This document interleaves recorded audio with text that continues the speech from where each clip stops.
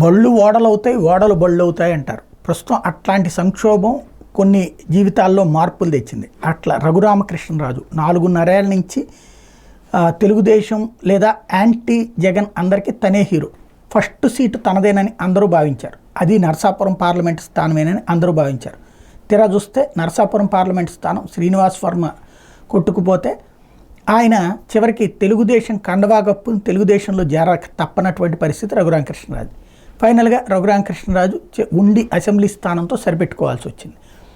అదేవిధంగా ఇప్పుడు అంటే ఒక సెలబ్రిటీ ఇమేజ్తో వెలిగిన రఘురామకృష్ణరాజు ఒక్కసారిగా దెబ్బతిన్న పరిస్థితి, చివరికి ఎమ్మెల్యేతో సరిపెట్టుకోవాల్సిన పరిస్థితి.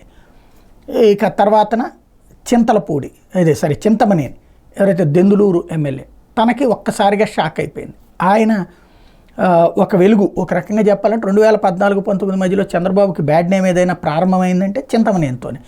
ఎమ్మెల్యేని జుట్టుబట్టి కొట్టించినటువంటి పరిణామం తర్వాతన ఆయన బాగా పాపులర్ అయ్యారు. ఎక్కడా నోరు ఆపుకోలేదు, మాట ఆపుకోలేదు, మాటలో తీట ఆపుకోలేదు. తద్వారా చంద్రబాబు పతనంలో ఆయన ప్రధాన భూమిక పోషించారు. 2019 తర్వాత అనేక కేసుల్లో అరెస్ట్ అయ్యి జైలుకి వెళ్ళటం, తర్వాత బెయిల్ మీద బయటికి రావడంతో సింపతి ఆయనకి కంపల్సరీ అని భావించారు. అందుకని ఆయన సీటు కూడా ఖచ్చితంగా ఫస్ట్ ఫేజ్లోనే వస్తుంది అని భావించారు. ఇదే తీరా చూస్తే ఒకేసారి ఇస్తారనుకుంటే ఫస్ట్, సెకండ్, థర్డ్ అయిపోయింది, మొత్తం అయిపోయింది. చివరికి అనౌన్స్ అయితే జరిగింది, కానీ ఆయనకి బీఫార్మ్ ఇవ్వాల.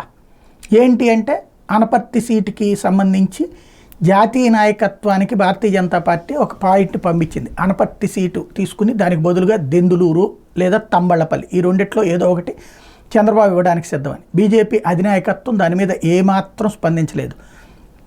దాంతో అది స్పందించే వరకు వీళ్ళిద్దరికి బీఫారాలు ఇవ్వకుండా ఆపడం అన్నటువంటిది కీలకమైనటువంటి పరిణామం. చంద్రబాబే అయోమయంలో పడ్డటువంటి పరిస్థితి.